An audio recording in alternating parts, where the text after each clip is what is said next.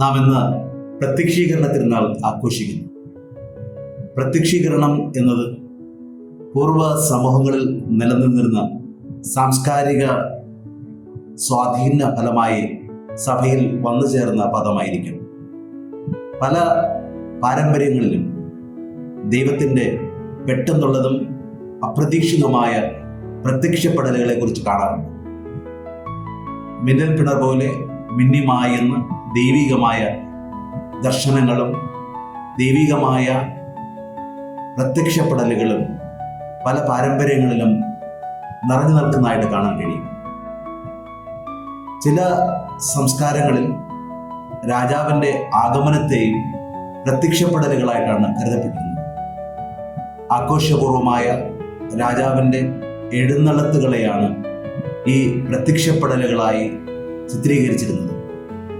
ഇപ്രകാരം ദൈവത്തിൻ്റെയോ രാജാവിൻ്റെയോ ആഘോഷപൂർവമായതും മിന്നിമായുന്നതുമായ പ്രത്യക്ഷപ്പെടലുകളെയാണ് പ്രധാനമായും പ്രത്യക്ഷീകരണമായി കരുതപ്പെട്ടു പോന്നിരുന്നത്.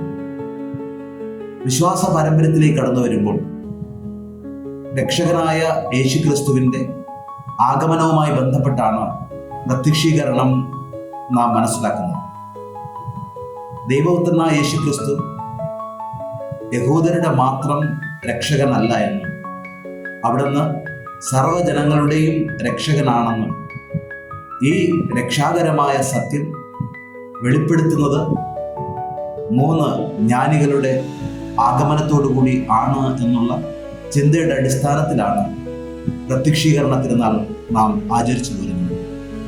ഇതിലൂടെ സാർവത്രിക രക്ഷയുടെ മാനങ്ങളെക്കുറിച്ച് ചിന്തിക്കുവാനും എല്ലാവർക്കും സ്വന്തമാകുവാൻ വേണ്ടി നൽകപ്പെട്ട രക്ഷയുടെ വെളിപ്പെടുത്തലുകളെക്കുറിച്ച് നമ്മെ ബോധ്യപ്പെടുത്തുകയും ചെയ്യുകയാണ്. ഈ തിരുനാളുമായിട്ട് ബന്ധപ്പെടുത്തി നാം ചിന്തിക്കുന്നത് 3 ജ്ഞാനികളുടെ സന്ദർശനമാണ്. പരമ്പരാഗതമായി ഈ തിരുനാള് പൂജ്യ രാജാക്കന്മാരുടെ തിരുനാളായിട്ടാണ് കരുതിപ്പോരുന്നത്.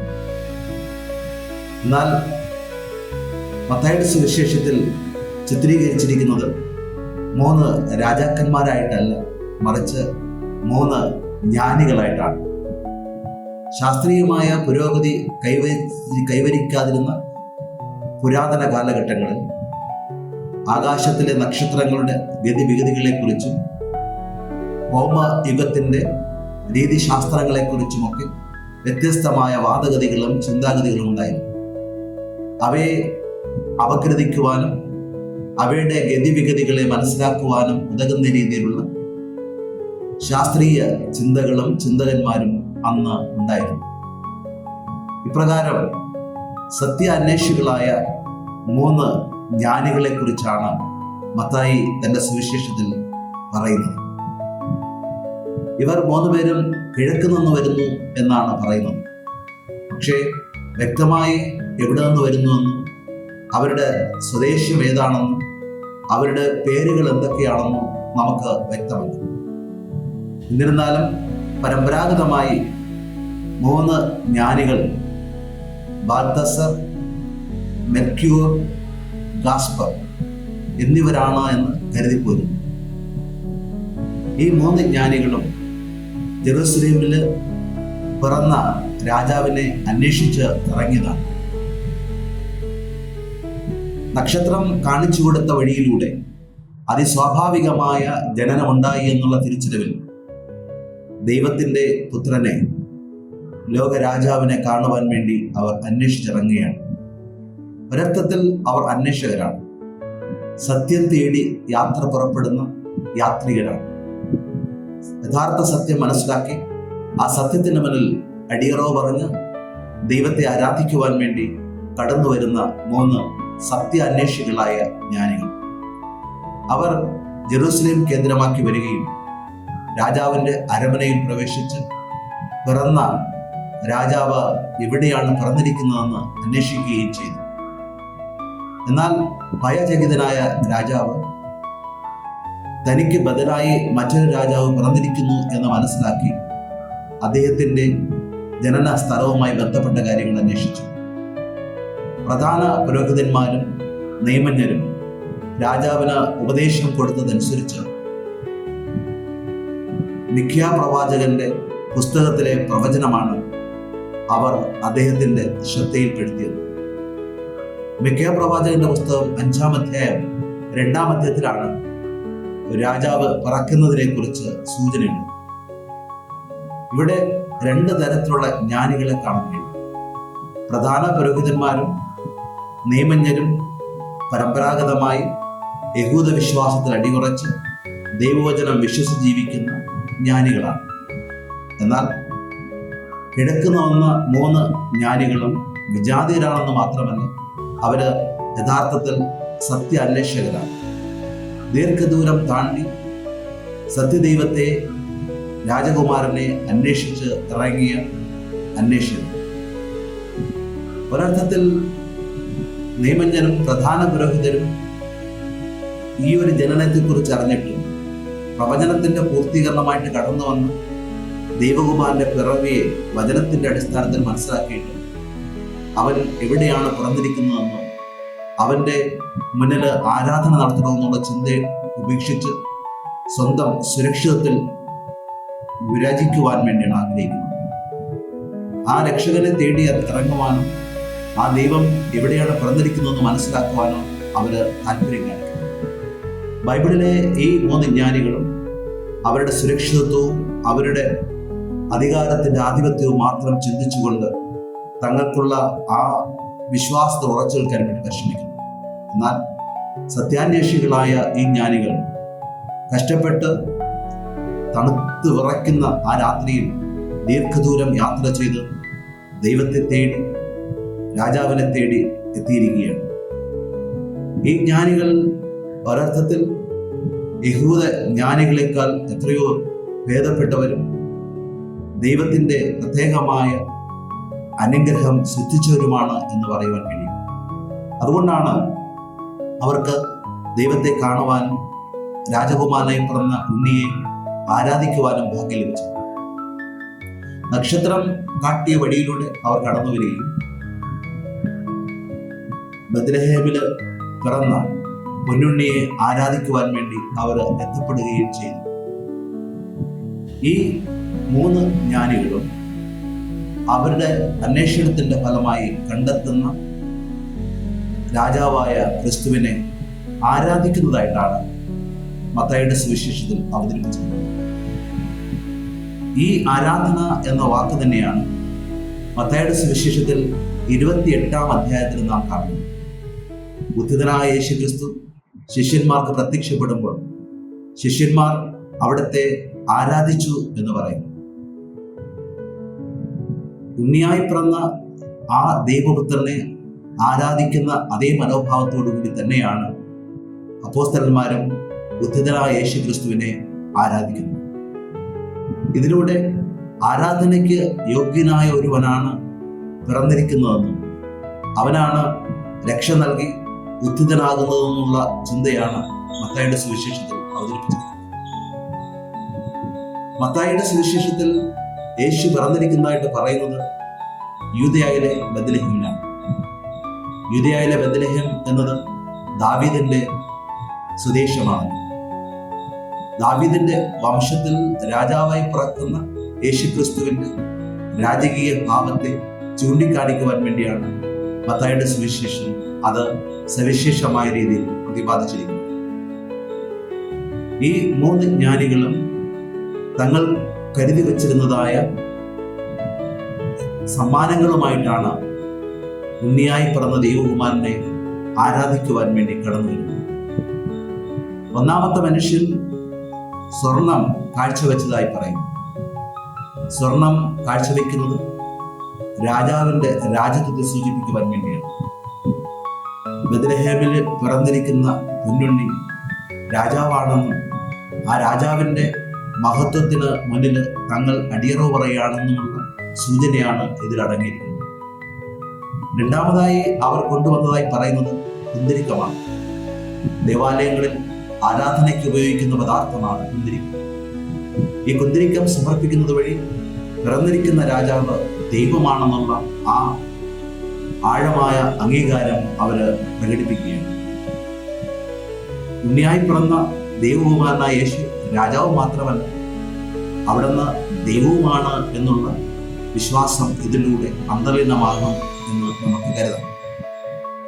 മൂന്നാമത് അവർ സമ്മാനമായി നൽകിയത് മീറയാണ്. സാധാരണഗതിയിൽ രോഗത്തിന്റെ സമയത്ത് പൂശുവാനും ശവശരീരങ്ങൾ പൂശുവാനും ഒക്കെ ഉപയോഗിക്കുന്ന പദാർത്ഥമാണ് മീറ എന്നത്. നിക്കോമേദേസ് മീറ കലർത്തിയ പദാർത്ഥമായ യേശുവിന്റെ ശരീരത്തെ പൂശുവാൻ വേണ്ടി വരുന്നതായിട്ട് ബൈബിളിൽ നമ്മൾ വായിക്കുന്നു. ഇതിലൂടെ സൗഖ്യത്തെക്കുറിച്ചും രക്ഷയെക്കുറിച്ചുമുള്ള സൂചനയാണ് ലഭിക്കുന്നത്. പിറന്നിരിക്കുന്ന ഉണ്ണി അവൻ രക്ഷ നൽകുവാൻ പോകുന്ന, സൗഖ്യം നൽകുവാൻ കഴിയുന്ന വ്യക്തിത്വത്തിനുടമയാണ് എന്നുള്ള സൂചന ലഭിക്കുന്നു. ഈ 3 ജ്ഞാനികളുടെയും കാഴ്ച സമർപ്പണത്തിലൂടെ യേശുവിന്റെ 3 പ്രധാനപ്പെട്ട സവിശേഷതകളെ വിശുദ്ധ മത്തായി തന്റെ സുവിശേഷത്തിൽ എടുത്തു പറയുകയാണ്. ഇവിടെ പിറന്നിരിക്കുന്ന പൊന്നുണ്ണി രാജാവാണെന്നും ദൈവോത്തരനാണെന്നും രക്ഷകനുമാണോ എന്നുള്ള തിരിച്ചറിവിലൂടെയുള്ള ആരാധന സമർപ്പണമാണ് അവർ നടത്തുന്നത്. ഈ 3 ജ്ഞാനികളും യേശുവിനെ കണ്ട് ആരാധിച്ചതിനു ശേഷം മടങ്ങിപ്പോകുന്നത് വേറൊരു വഴിയിലൂടെയാണ്. രക്ഷകനുമായി സമ്പർക്കത്തിൽ എത്തപ്പെടുന്ന ഒരു വ്യക്തിക്ക് പഴയ മാർഗത്തിൽ ജീവിക്കുക അസാധ്യമാണ്. രക്ഷകനുമായി കൂടിക്കാഴ്ചയിലൂടെ രക്ഷകന്റെ പിറവെ ഉള്ളില് നിറയുമ്പോൾ ഓരോ വ്യക്തിയും പുതിയ വ്യക്തിയായിട്ട് മാറുന്നു. അവൻ പുതിയ വഴിയിലൂടെ സഞ്ചരിക്കുന്നതിന് കാരണമായി മാറുന്നു. പഴയതും പാപം നിറഞ്ഞതുമായ വഴികൾ ഉപേക്ഷിച്ചിട്ട് പുണ്യപൂർണമായതും പുതിയതുമായ വഴിയിലൂടെ ദൈവത്തിന്റെ സന്തോഷത്തിന്റെയും സമാധാനത്തിന്റെയും പാതയിലൂടെ മടങ്ങിപ്പോകുന്ന ജ്ഞാനികളെയാണ് നാം കണ്ടുപിടിക്കുന്നത്. ഈ ജ്ഞാനികളെ രാജാക്കന്മാരായി എങ്ങനെയാണ് ചിത്രീകരിക്കാൻ തുടങ്ങിയത് എന്ന് ചിന്തിക്കുമ്പോൾ പ്രധാനമായിട്ടും മത്തായിയുടെ സുവിശേഷത്തിൽ പഴയ നിയമത്തിന്റെ പ്രവചനങ്ങളുമായി ബന്ധപ്പെടുത്തിയാണ് ഇത് രാജാക്കന്മാരാണ് എന്നുള്ള ചിന്തയിലേക്ക് വരുവാൻ ഒരുപക്ഷെ കാരണമായിട്ട് മാറി. യെശയ്യാ പ്രവാചകന്റെ പുസ്തകത്തിൽ 60-ാം അധ്യായം 1 മുതൽ 6 വരെയുള്ള വചനങ്ങളിൽ നാം ജെറൂസലേമിന്റെ പ്രകാശിതമായ മേഖലയിലേക്ക് കാഴ്ചകളായി കടന്നു വരുന്ന രാജാക്കന്മാരെ കുറിച്ച് പറയുന്നു.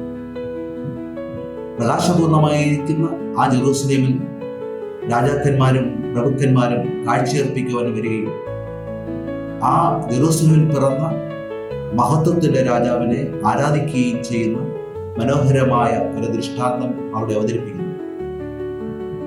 71-ാം സങ്കീർത്തനത്തിലും ഇപ്രകാരം പിറന്നിരിക്കുന്ന രാജാവിന് കാഴ്ചയർപ്പിക്കുവാൻ വേണ്ടി വരുന്ന രാജാവിനെ കുറിച്ചും പ്രഭുക്കന്മാരെ കുറിച്ചും സൂചനയുണ്ട്. 1 രാജാക്കന്മാരുടെ പുസ്തകം 10-ാം അധ്യായത്തിലും പിറന്നിരിക്കുന്ന ദൈവോത്തരന് രാജകുമാരന് കാഴ്ചയർപ്പിക്കുവാൻ വേണ്ടി കടന്നു വരുന്ന രാജാക്കന്മാരെ കുറിച്ച് പറയുന്നു. ഇങ്ങനെ പഴയ നിയമത്തിൽ പിറക്കുവാൻ പോകുന്ന ദൈവകുമാരനായ യേശുക്രിസ്തു രാജാവാണെന്നും അവിടുന്ന് ദാവീദിന്റെ ഭവനത്തിലും ദാവീദിന്റെ കുടുംബത്തിലും പിറന്നവനാണെന്നും സോളമനേക്കാൾ വിജ്ഞാനിയാണെന്നുമുള്ള മനോഹരമായ ഒരു അവതരണമാണ് ഇതിലൂടെ അവതരിപ്പിച്ചിരിക്കുന്നത്. അപ്രകാരം പഴയ നിയമത്തിലെ പ്രവചനങ്ങളെ ചേർത്ത് വെച്ചുകൊണ്ട് രാജാതിരാജനായ യേശുക്രിസ്തുവിന്റെ പിറവിയിൽ രാജാക്കന്മാർ കാഴ്ചയർപ്പിക്കുവാൻ വന്നു എന്നതിന്റെ ഒരു പശ്ചാത്തലത്തിലാണ് പരമ്പരാഗതമായിട്ട് ഈ 3 ജ്ഞാനികളെയും രാജാക്കന്മാരായി ചിത്രീകരിച്ചിരിക്കുന്നത്. ഒരു ക്രൈസ്തവരെ സംബന്ധിച്ചിടത്തോളം ഈ പ്രത്യക്ഷീകരണം എന്നത് ഓരോ ദിവസവും ജീവിതത്തിൽ ഉണ്ടാകേണ്ട ബൃഹത്തായ ഒരു സംഭവമാണ്. 3 ജ്ഞാനികളും യേശുക്രിസ്തുവിനെയും ഔസേപ്പിതാവിനെയും പരിശുദ്ധ കന്യകാമാതാവിനെയും കണ്ടെത്തിയത് തൊഴുത്തിലായിരുന്നില്ല, മറിച്ച് ഒരു ഭവനത്തിലായിരുന്നു. ഒരു സാധാരണ ഭവനത്തിന്റെ അന്തരീക്ഷത്തിലാണ് യേശുവിനെ രാജാവായും ദൈവമായും രക്ഷകനായും അവർ കണ്ടുമുട്ടിയത്. ഇവിടെ ഒരു സാധാരണത്വത്തിന്റെ ഭാവമാണ് ഈ രക്ഷകരിലൂടെ തിളങ്ങി വിളങ്ങുന്നതായി വിശുദ്ധ മത്തായി തന്റെ സുവിശേഷത്തിൽ അവതരിപ്പിച്ചിരിക്കുന്നത്. സാധാരണ ജീവിത ക്രമങ്ങളിലാണ് മനുഷ്യപുത്രൻ പിറന്നു വീഴുന്നത്. സാധാരണ ജീവിത വ്യാപാരങ്ങളുമായി ബന്ധപ്പെട്ടുകൊണ്ടാണ് അവൻ ജീവിക്കുന്നതും അവൻ വളരുന്നതും അവൻ തൻ്റെ ദൗത്യ പൂർത്തീകരണം നടത്തുന്നതും. ഈ പശ്ചാത്തലത്തിൽ ഓരോ ക്രൈസ്തവനും തൻ്റെ അനുദിന സാധാരണ ജീവിതത്തിലാണ് രക്ഷകന്റെ പ്രത്യക്ഷപ്പെടൽ അനുഭവിക്കേണ്ടത്. രക്ഷകനായ ദൈവത്തിന്റെ പ്രത്യക്ഷീകരണം അതിസ്വാഭാവികമായ സ്ഥലങ്ങളിലോ സംഭവങ്ങളിലൂടെയോ അല്ല തിരയേണ്ടത്. മറിച്ച് ഓരോ ദിവസത്തെയും അനുദിന ജീവിത സാഹചര്യങ്ങളിലും പശ്ചാത്തലത്തിലും ഈ ദൈവ സാന്നിധ്യത്തെ കണ്ടെത്തുവാൻ കഴിയുക എന്നുള്ളതാണ് പ്രത്യക്ഷീകരണത്തിന്റെ മഹത്തായ സന്ദേശം. പലപ്പോഴും ദൈവത്തെ തേടുന്നത് ഈ ക്രിസ്മസ് കാലഘട്ടത്തിൽ മിന്നിമറയുന്ന മനോഹരമായ ദീപാലങ്കാരങ്ങളിലും നക്ഷത്ര വിളക്കുകളിലും ഒക്കെയാണ്. പുൽക്കൂടുകളിൽ മിന്നിമറയുന്ന മനോഹരമായ വർണ്ണാശ്രമമായ ചിത്രങ്ങളിലൂടെയാണ് പലപ്പോഴും ഈ പ്രത്യക്ഷീകരണത്തെ നാം തിരയുന്നത്. എന്നാൽ യഥാർത്ഥത്തിലുള്ള പ്രത്യക്ഷീകരണം നടക്കേണ്ടത് ജീവിതത്തിന്റെ സാധാരണ സന്ദർഭങ്ങളിലാണ്. ജീവിതത്തിന്റെ അനുദിന സംഭവങ്ങളിലൂടെയും സാഹചര്യങ്ങളിലൂടെയും നമ്മുടെ ഒപ്പമായിരിക്കുന്ന ദൈവത്തെ തിരിച്ചറിഞ്ഞ് അവനോടൊപ്പം സഞ്ചരിക്കുക എന്നുള്ളതാണ് പ്രത്യക്ഷീകരണം നമുക്ക് നൽകുന്നത്. ദൈവത്തിന്റെ പ്രത്യക്ഷപ്പെടൽ ഓരോ ദിവസവും നമ്മുടെ ജീവിതത്തിൽ നടക്കുകയാണ്.